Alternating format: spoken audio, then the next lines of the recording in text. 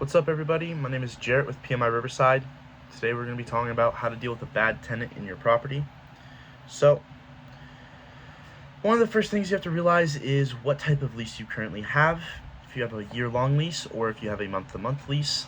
Now, if you have a year-long lease, that means that you're probably going to have to wait until the lease is actually about to be expired. Then you're going to have to give the tenant a 30-day notice. Hey, I want you to vacate my property. Please leave by 30 days. That way you're out, right?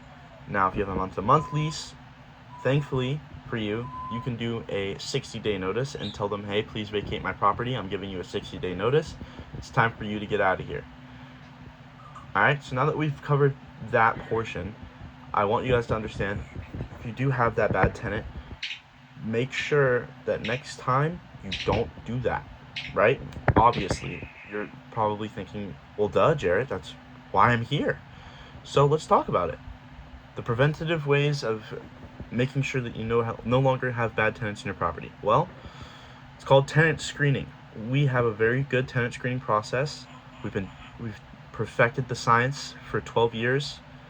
Every single year we've been trying to get it better and better and better. So, what is it? Well, we first check their credit score, we check their background, we check their income, and to give you guys a little bit of detail, we do a 600 credit score or better, no domestic violence, no evictions, not on the Megan's list, and then proof of income of at least 2.5 times the rent per month. So, credit score. Most important thing to check, if they have a 550 credit score, most likely not going to pay rent on time every single month. Don't want that, obviously. So we kind of just say, hey, if you don't have a 600 or better, please just don't bother. It's not worth it for either of us. We don't want to waste your time, and we don't want ours to be wasted either. Then we say, okay, now if you have domestic violence, which obviously you don't want in your property, you don't want somebody who's a sex offender, which is what the Megan's list is, don't want that on your property, and then you want somebody without evictions. Unfortunately for us, though, California is a very tenant-friendly state.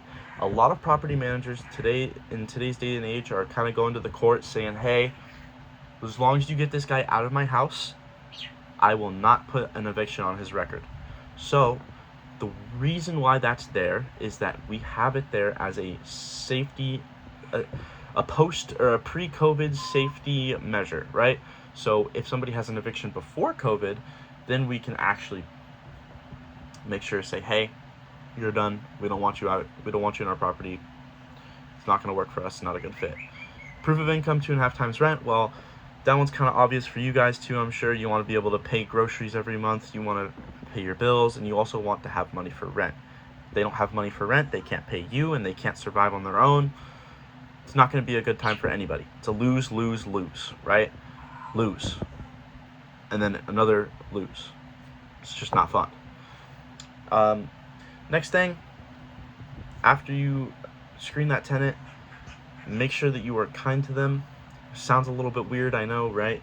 Well, the tenant pays you, and as long as they aren't being weird to you, don't be weird to them. Just kind of be like a little bit more respectful. Other than that, yeah, just screen your tenants. That's the biggest way we've seen to navigate a bad tenant.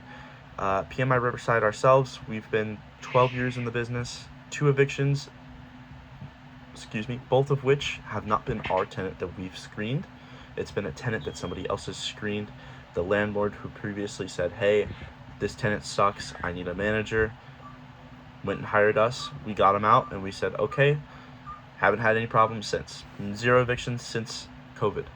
So, knock on wood, we have a 100% success rate with our tenant screening process. Then we have our actual franchise, or our actual main company, which is PMI, Property Management Incorporated. 410 franchises with a 99.9% success rate across 15,000 units, or 15,000 doors, which is pretty much unheard of. And all of our tenant screening processes are about the same. It's really good. That's the most I can say. But just to give you some insight onto why I know what I'm talking about, I have been trained to know what I'm talking about. I have also experienced bad tenants. I've experienced good tenants, and I know who is who when I'm actually screening them, or when I'm actually when I'm actually meeting them and showing the property to them, etc. Anyways, I won't keep you guys too long. If you guys enjoyed the video, please be sure to like and subscribe. There will be a blog post if you want to learn more, if you're more of a reading type of guy or girl. There's a blog post in the description. You can check that out. It's going to be very informative, I hope.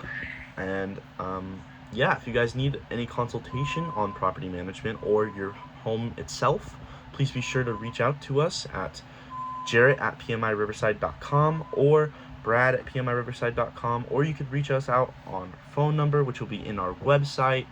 Whatever you guys want to do, we're there for you. Anything you guys need for us to help you with, we can help you free of charge. We don't want you guys to think that we're gonna nickel and dime you. We just want to help. Anyways, that was all. Signing off. Salutations.